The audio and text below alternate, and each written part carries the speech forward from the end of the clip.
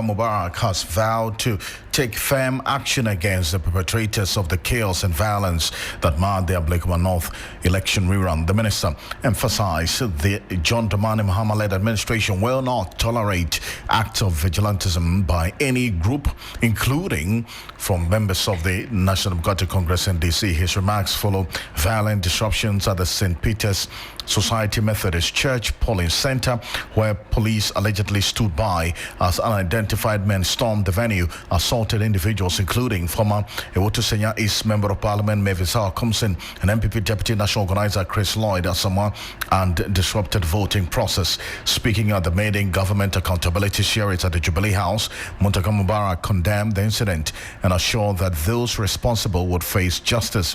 He revealed that the Inspector General of Police has been directed to investigate the chaos and prosecute the perpetrators, with video evidence already submitted for review. Take a listen to the minister earlier today at the Jubilee House. All of us need to be mindful about the activities of vigilantism, and I can assure you that not my party, not any group will we sit and allow to see the resurgence of vigilantism. I have spoken to the IGP family on all the the happenings of Ablekuma North. The videos have been forwarded to him, who've instructed him to act swiftly, bring the perpetrators to book. We are not going to condone whether people within our party or outside our party into going around doing anything untoward. We can assure the public that we will ensure, under the leadership of His Excellency John Dramani Mahama, no such group will be allowed to form. As Mohammed Muntaka Mubarak there. Now, the minister also disclosed that he personally reached out to Hawa Kumsin to express sympathy and urge her full cooperation with the police investigations. He also vowed to pursue the group that meted out this chaos and that particular altercation at that polling station on Friday. Take a listen to him. These are guys who commit this sin and they vanish from the system, but we have to take time to track them. But assurance is that we are not going to allow this to go unpunished. Unless they flee the country. So long as they are around, they should be rest assured. The law will have to take its course, because we cannot allow this to happen in our country. And you can be rest assured that, and I trust in the professionalism of the IGP and his team, that they are going to do a good job. So be rest assured that will be done. As an Interior Minister, Mohammed Muntaka Mubarak there. Let's say a bit further on the minister. He also disclosed that he, meanwhile, getting some information that CODEO, that's a coalition of domestic election observers, they have raised alarm over the conduct of security personnel during the July 11 rerun, calling it a clear and present danger to Ghana's democracy. Unauthorized individuals suspected to be political vigilantes moved freely around polling centers, some in unlicensed vehicles, creating an atmosphere of intimidation. CODEO noted the situation was especially troubling, given the election's high stakes and urban setting, echoing similar concerns during the 2024 general elections. Now, in a strongly worded statement, CODEO condemned the police's failure to protect voters and officials despite heavy deployment, urging President Mahama and the Police Council to invoke Article 2022 of the 1992 Constitution to enforce immediate reforms ahead of the Akwatia election. That's the by-election ahead of us. Now, the coalition also called on political parties, the Electoral Commission and the judiciary to confront election violence and vigilantism head-on, warning that inaction could erode public trust and destabilize future elections. That's what's coming from CODEO here on Hot Edition on 3FM 92.7. This is a particular development which we're monitoring quite closely, but Dr. Ishmael Norman, who's the security analyst, had this to say about the happenings in Ablekuma North, his recommendation on what has to be done going forward to ensure that this does not repeat itself again. He spoke on key point. Take a listen to him. And they should have declared that area a hotspot, which is a designation they do very well when it comes to crime. Yeah. But they should begin to designate polling station areas in the country as hotspot. I think that the preparedness was poor. They have to always think about the worst case scenario, which they did in Alfred. And I believe that if IG needs help, I am available. There are a number of people that can also help, especially when we are going into a situation with potential for crisis. I believe that knocking down Honorable Awakumsin was not the right thing to do, even though some people rejoice at that. Every human being, every Ghanaian has a right to be free from fear and violence. And she is one of those Ghanaians, one of those human beings who is entitled to feel, to have freedom from fear, freedom from violence. The reaction of the police is what I don't like. It looked like there was no esprit de corps. Some of the policemen and women were standing in a detached mode, as if they were not on duty. For me, if you are on duty as a police officer, as a soldier, as a security person, and your colleague is attacking a situation, you should give the backup and not stand there and raise your hand and as if you don't know what is happening. So for me, for IGP, you got the media coverage, they should analyze each clip by clip, and identify the police officers who were sort of detached from what was happening, and also prosecute the person who actually did the knocking. Hitting a woman in the pelvic area, she's somebody who is probably menopausal at the age that she is. That creates complications for her. And I'm happy that they took her to the hospital. And I don't know who will be responsible for the cost of it, because when you organize a public event and there is injury, Lawyer Pego is here and he will ascertain that the organizer is ultimately responsible for the cost of injury to the people that attend that event. And the government now is exposed in that area because of the negligence of the Ghana police in reacting. When the truck moved in with those young men, they should have stopped them at the gate. When Honorable Awakumsin went there the first time, we have to stop this nonsense about big man, big woman syndrome. She had no duty to go there. And she came the second time. What was she going to do? You say she had no duty. We don't know the strategy that the candidate deployed. I say this because the party boycotted, but the candidate decided to contest. So was she there at the invitation of the candidate? This is not a time to visit the candidate, Alfred. We'll have to ask. Election day does not allow campaigning. We don't allow campaigning on election day, especially at the polling station. So what are you doing there?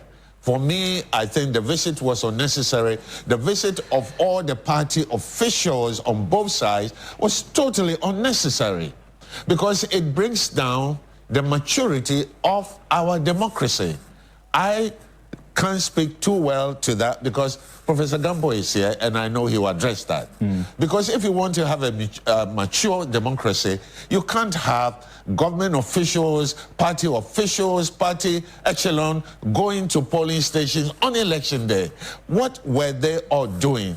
I blame the IGP and his men for this, because if that altercation had not happened, nobody would have gone there.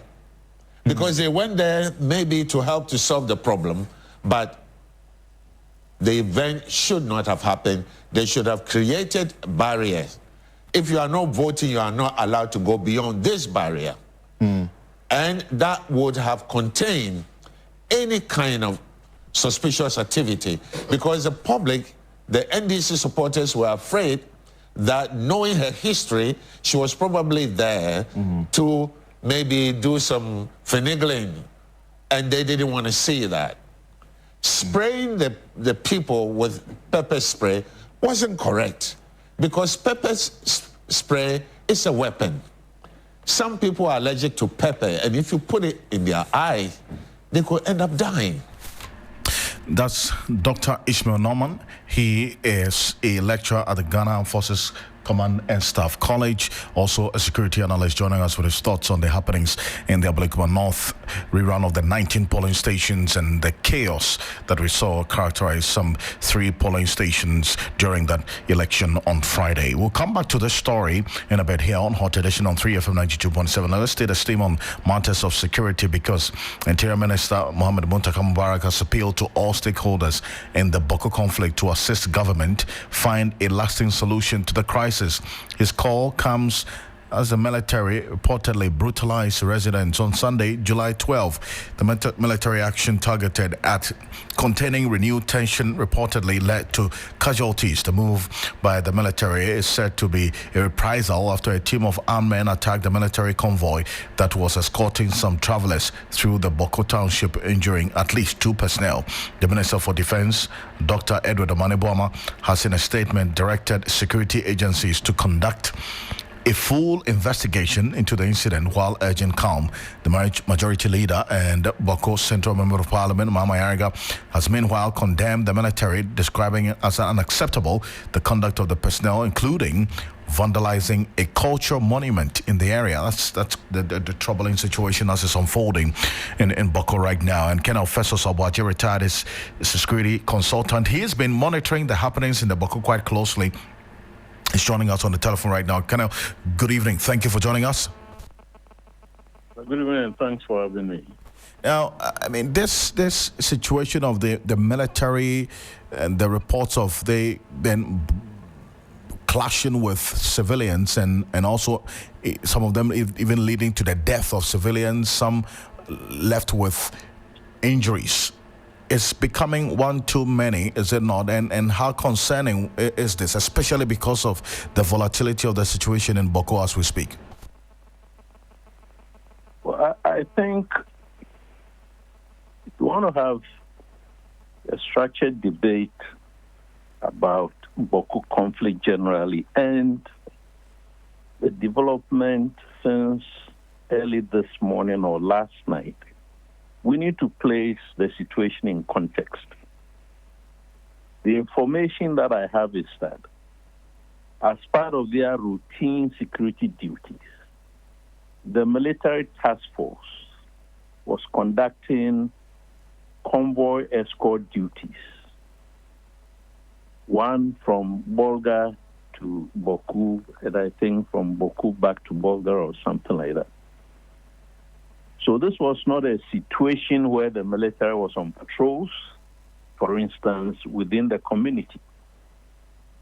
Now, because they were escorting, allegedly, Mamprosis, the attack on the convoy, and I think the casualties speak to that, that 2 military were injured, one was shot in the leg, one was shot somewhere, and then I think some civilians also. The attack on the convoy becomes an attack on the military that is providing the escort. So that is the context for what happened. It is not that the military just got up and ran amok in the community. And as we always say, when you deploy the military and when the military comes under fire, instinctively they return fire. You can call it civilian parlance, fire for fire. Military comes under fire and they don't run. So whoever attacked the convoy, and the evidence is that they also attacked the military in a way was justified to some extent, and I'll come to that shortly, to return fire. So the rules of engagement would permit the military to return fire. But the whole story is that it looks like the military then escalated this initial exchange, including destroying the effigy or statue or some kind of cultural, symbol of the Kusasi. And then going into the community, I think some technical school or so has also been mentioned. So in a way, therefore, the rules of engagement would have exceeded what would normally be permissible. The understanding is that the armed forces is not enrolled to conduct classical military operations in a democracy internally. When they do that, they are being given powers to assist, call it the civilian authority or civil authority, sorry. So it's military assistance to civil authority to control the situation in and around Bawku. I don't think anybody should, in the first instance, blame the military. Although the military has to admit that it also exceeded the limits or the threshold of the force that it was allowed or was permissible to be used.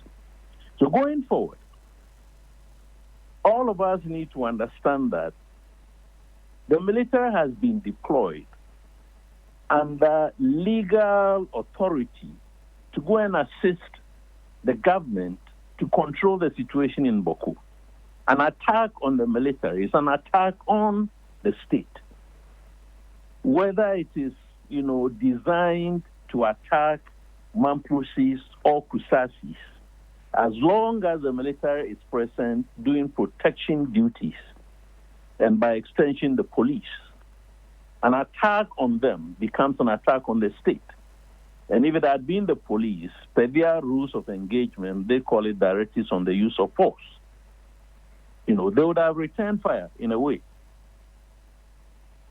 But part of this debate is that any time such force is used, there must be an investigation.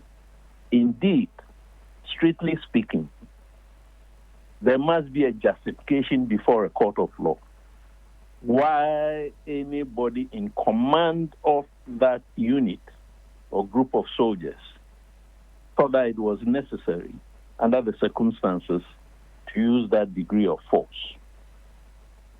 See, the overall commander of this task force, this Operation Maidaburi, I think, if I'm not mistaken, was not even in Bawku. He was on leave, on pass, as we call it, for 7 days. He had only spent about 3 days or 4 days. And then when this thing broke out, he had to be quickly, ordered to return.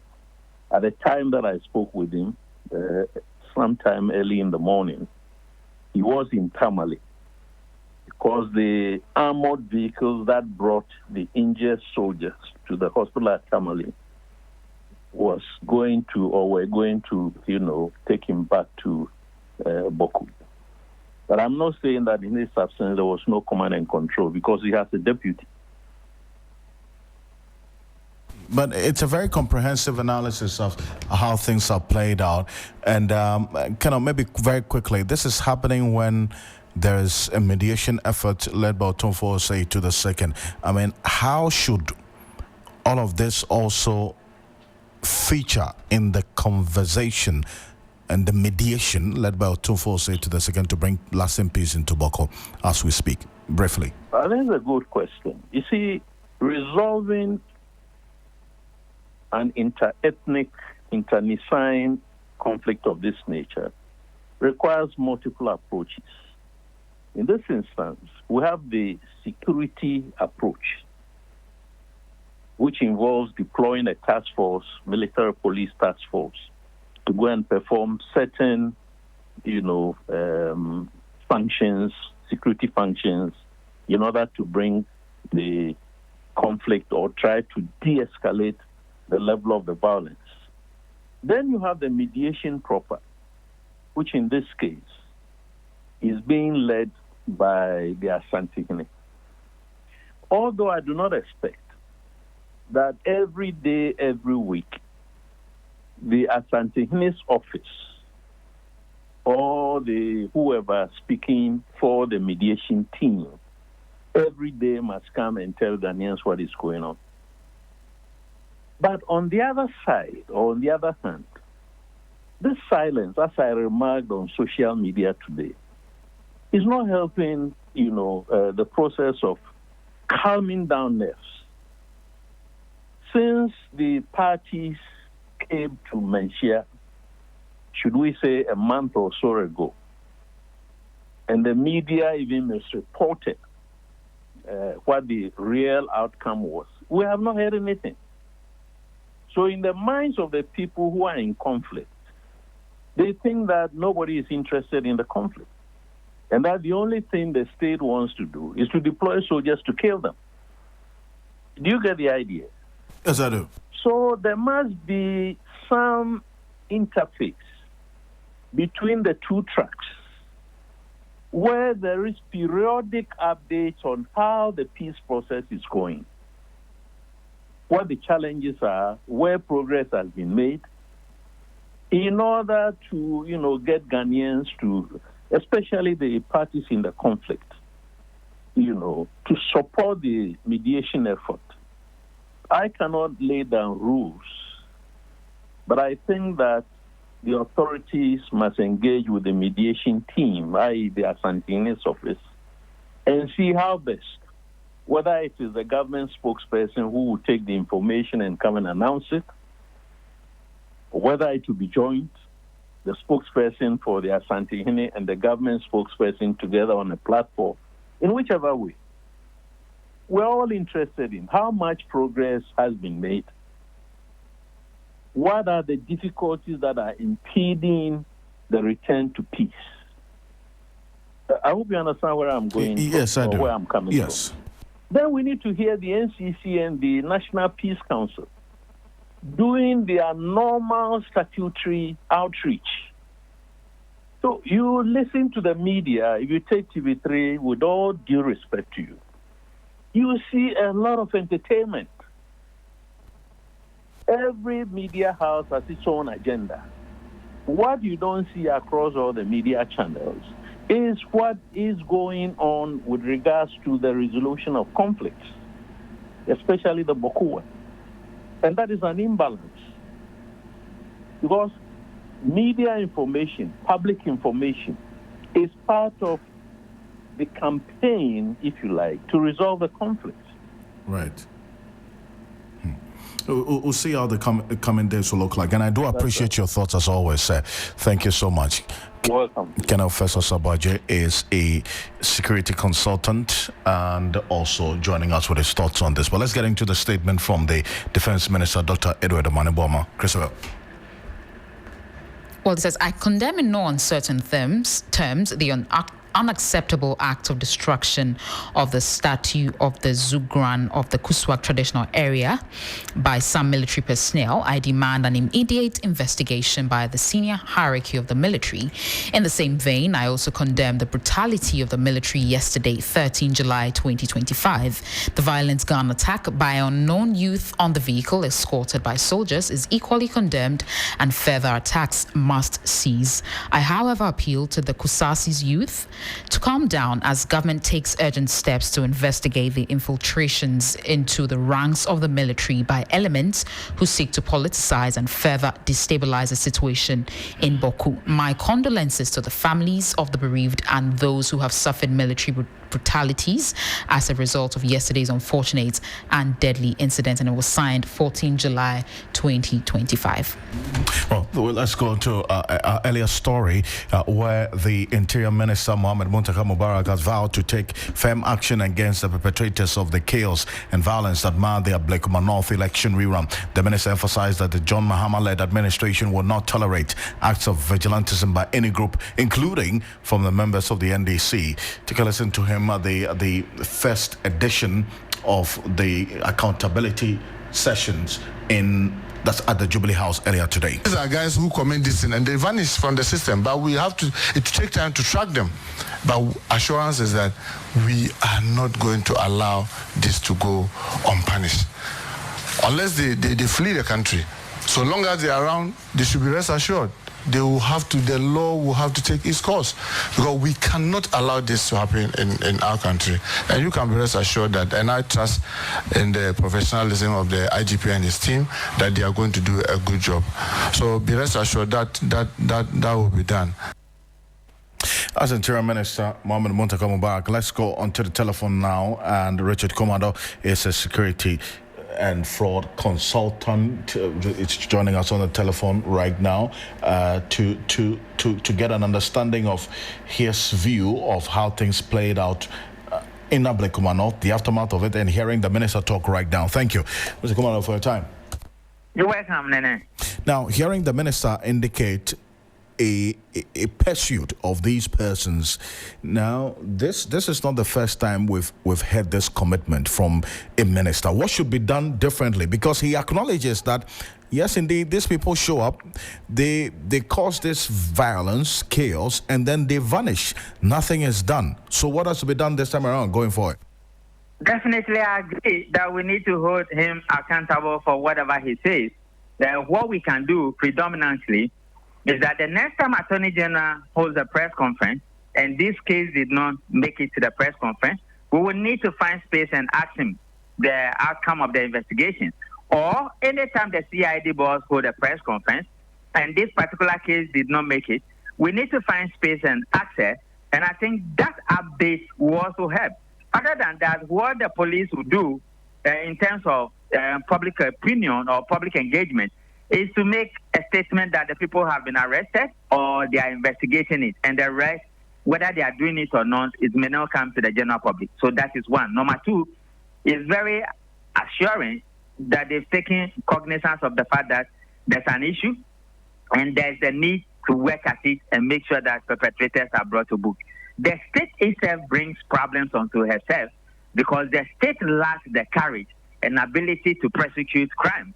And people flood the laws and get away with it. So it rationalizes bad behavior and promotes antisocial tendency in society. And one of such is what we witnessed on Friday at Ablekuma North.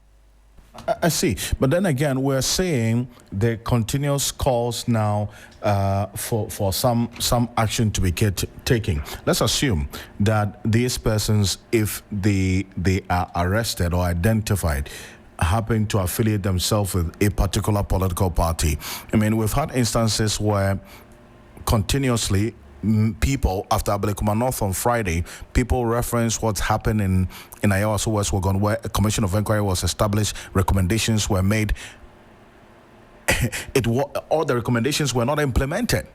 In fact, over 70% of the recommendations were not implemented, leading to this continuous occurrence of the violence during elections. So how do we ensure that both past, present, and instances of chaos and violence is punished so that it will serve as a deterrent for future elections?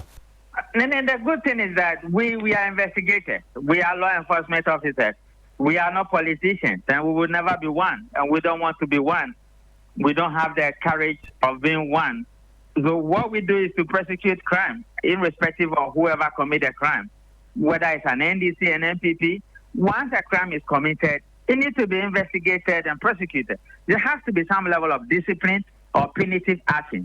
Even if people know that the particular crime you have committed, these are the sanctioning regimes, and this is the punishment, and you even let them go free. It's enough a deterrence for them and others to look at it and may not do the same thing. The state largely do not want to prosecute crime, and they are politicians, they lie through their teeth. And that is the unfortunate thing that bothers me in this country. But let's hope that this time around, perpetrators will be arrested, irrespective of whoever they are. And after, guess what? You know, in every election, the police have a role to play, and the politicians have a responsibility to discharge. All of us who vote together with the Electoral Commission, we have a function to undertake. Usually, it is the politicians who bastardize the place and create problems for the state and create issues when it comes to elections. Why is nobody talking about the politicians in this particular equation? Why is nobody saying that go after the politicians who might have engineered this or benefit from this partially or fully or actively or whatever? Nobody is talking about that. And that has been a negative attitude we've had in this country for many years. That we always look left instead of looking right, and we blame somebody else apart from ourselves. And I think that attitude will need to change. All elections we have in this country and the troubles that associated with it, just law enforcement lapses, but predominantly it has been politicians who bastardize the place with their negative attitude, and that must be changed. Now, how about the proposal for a review of the election security strategy, so as to then respond to the changing trends and the evolution of election-related crime, essentially? I agree perfectly, but you know me already. I lead crusades. I lead activism, and I lead all manner of things to change things in this country. If I know exactly what they are talking about, we will change it. What I heard that made me afraid is that people were saying that the police has no AK-47. We want soldiers to come. If the soldiers come and kill somebody, the conversation would have changed. If the police should bring the striking force, the Buffalo unit, the counter-terrorism unit, and the SWAT unit, there would have been problem. And you remember one of the charges against Dampari was people speak in this country and spoke vehemently that they should not release the SWAT team into the 2024 election. You remember that story? Yeah. People know that these guys are trained as commandos and special forces, and they will kill. If they come, they will not tolerate this bad behavior by politicians. And if they take the law into their own hands, politicians take the law. These guys will respond swiftly, and it may lead to casualties. We will be the same people who will be blaming them, and everybody will leave the negative attitude of the politicians. So if we want the structure to change, fine, I don't have a problem. But Dampari insisted that let the police take charge. And the police took charge in the 2024 elections, except some few places you have soldiers here and there. But predominantly, the police took charge. And I think we can do better when all of us knows that we have a responsibility and a duty. Why should a politician always take the law into their own hands, blame everybody, and they will not blame themselves, and they will not be held accountable, and they will not take responsibility? That is a bad thing to do. And in a democracy where rule of law is key and accountability is key, if you allow these guys to continue behaving the way they do, no matter what you do, they will create problems. I do appreciate your time as always. Thank you so much. And Richard Kumantor is a security consultant joining us with his thoughts on the Ablekuma North and its aftermath. Let's still stay on the matters of security, go back to Bawku, because there's a statement that's just come through from the West African Network for Peace Building. What does it say? Well, they are saying that the Bawku conflict has been politicized. The comment follows similar one by the Member of Parliament for Bawku Central and Majority Leader Mahama Ayariga, who has asked for a review of the men sent to help coil the flame of the conflict there. Head of Monitoring and Evaluation, Dr. Vincent Azuma, believes the military does not seem well prepared for the area. He spoke earlier on the Midday News.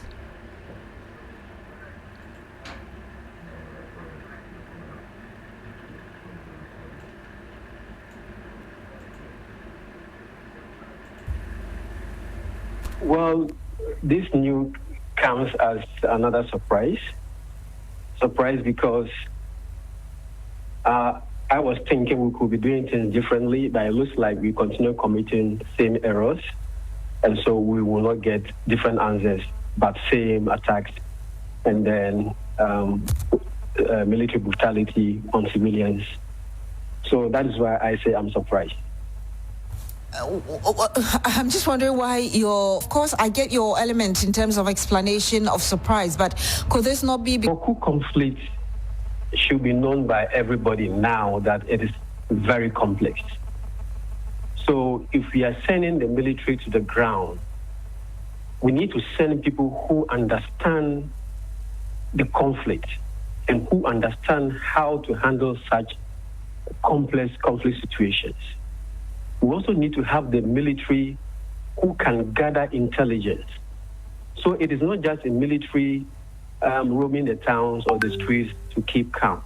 No, this must be a well-trained military team that understands the context of this conflict, that knows the importance of the cooperation of the youth and the people of Bawku.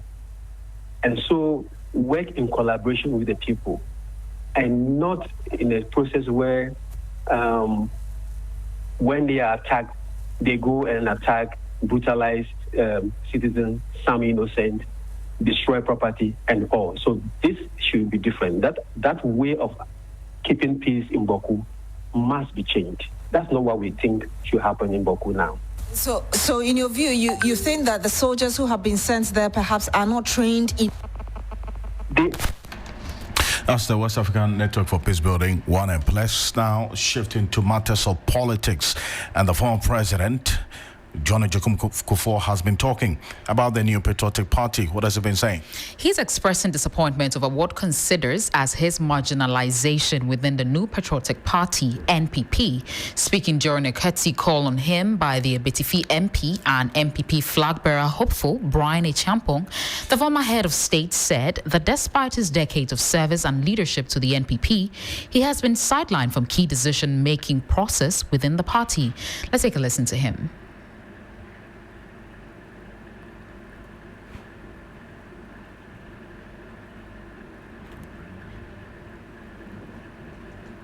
Well, we'll bring you that later in our subsequent bulletins.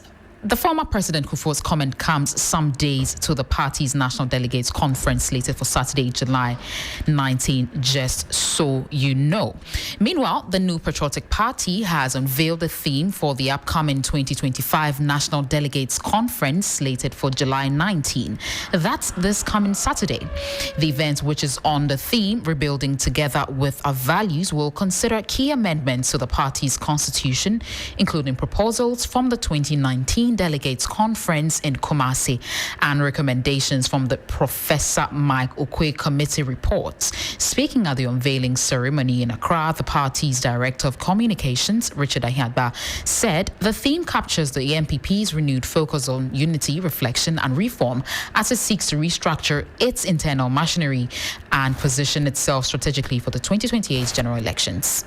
Value this theme that we are committing ourselves to, trying to prioritize our value and reconnect with our roots would get us there. It's an indication to Ghanaians that we hear you, that all the feedback that we're given when we're in government, we hear you. On that matter of limited government, we hear you. We're also known as a party that promotes and defends the traditional and cultural values of our country, including the rather obnoxious LGBTQ phenomenon that the NDC as a party that believes in democracy and good governance. These are values that we are going to be led by. These are the values that you have known us to be associated with, that you have associated with us. And these are the values that, coming from conference, we are going to be prioritizing and leading our rebuilding back to the hearts of our people. Richard Ahiaba, who is the Director of Communications of the new Patriotic Party. Over to you, Alfred. Yeah, let's go back to that John Ajakum Kufuor concern that he raised about being neglected by the party. Says that he's not too old to be ignored. He's sacrificed for the MPP. He wants to be recognized as such. To the point, sir. I will graph you at the additional and my uses you, the stage. And think at least. I am Mamma to be. No matter about comparison, we are near maybe no say. Niago Dronana, Namanya party maybe. I think I met me to a name with him. So, Ghana political party, political history. I can't say UGCC, but if you 47, 69 was there. Time, nearly power for Ghana. 2 years, 3 months, was there time. Me, 69, maybe 30 years, and be a member of parliament. Be a founding member of Progress Party. 2 years, 3 months, Buzi, I am deputy foreign minister. I jump on 2 years. Them sick. The team and number Asha Fort prison with them 1 year, 3 months. Something that day, of course, move behind another detention. But I know I did build a year. From 72 January, I jump on 2 years side, the tradition. There are more power beyond that till 2001. Me, I'm a crane departing by power. 2 times, Ghana, we didn't see. And then, the baby say, a young a prepare room. Na baby said, Beconanga, Miada, Mamma, your bag no me cry. Mentia said,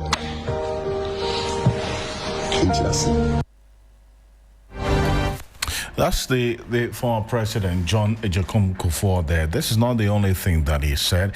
He continuously raised concerns about what he says is the party's internal politics, for which he has been sidelined and tagged in that regard. If you recall, this comes on the heels of the statement that he made during the party's official launch of the Patriotic Institute some 2 weeks ago.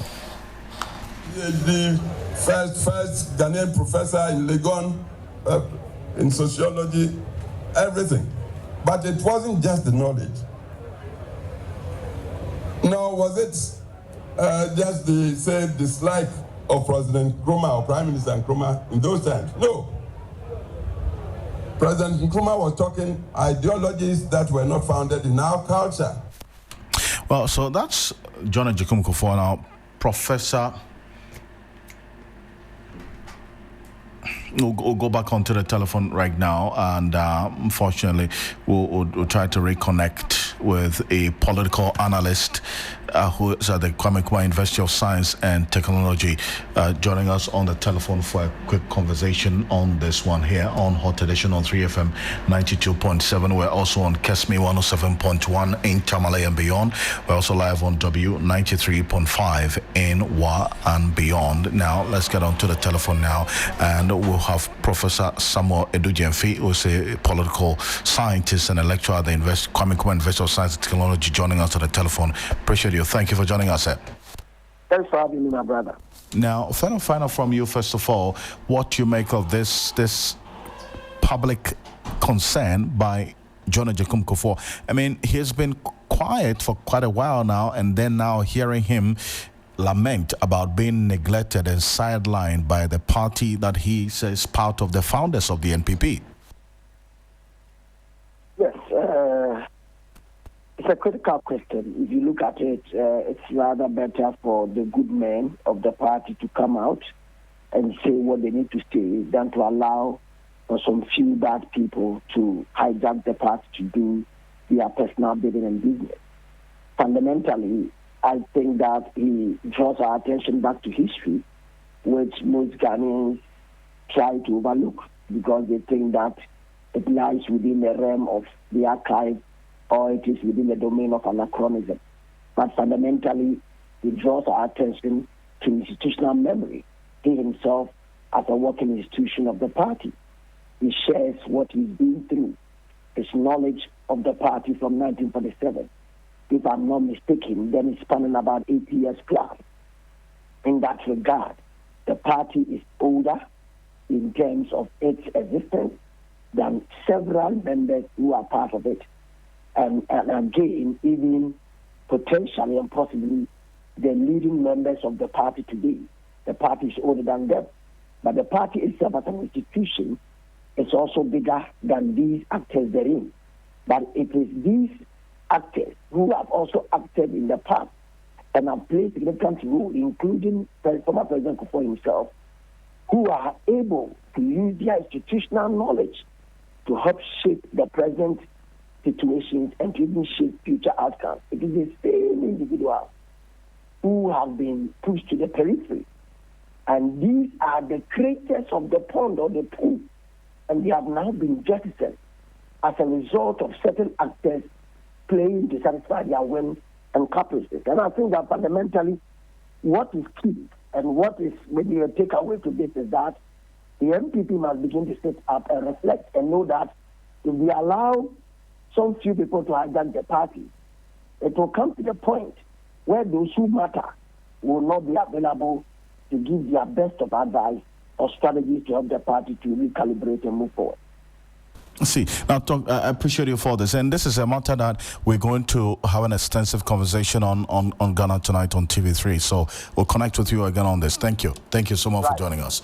That's Professor Samuel Edujemfi is a professor of political science at the Kwame Nkrumah University of Science and Technology. So live here on Hot Edition. We're back shortly after this quick break. Bismarck Awusa is standing by with the latest in the world of business. Hello, Ghana. It's a new year and Bills Microcredit is here to support your dreams. If you're not working but want to start a business, don't let money stop you. With just your Ghana card, you can get a loan to turn your ideas into reality. Already running a business? Need more capital? Or are you a salary worker looking for extra funds? Bills offers fast and easy loans with no collateral, no deposit, and no SUSI savings required. Wherever you are, whatever you need, Bills makes it happen. Call Bills Microcredit today. Call 0596 920 833 or 0302 200 390 and get started. Bills is licensed and regulated by the Bank of Ghana. Bills, financing your needs. Terms and conditions apply.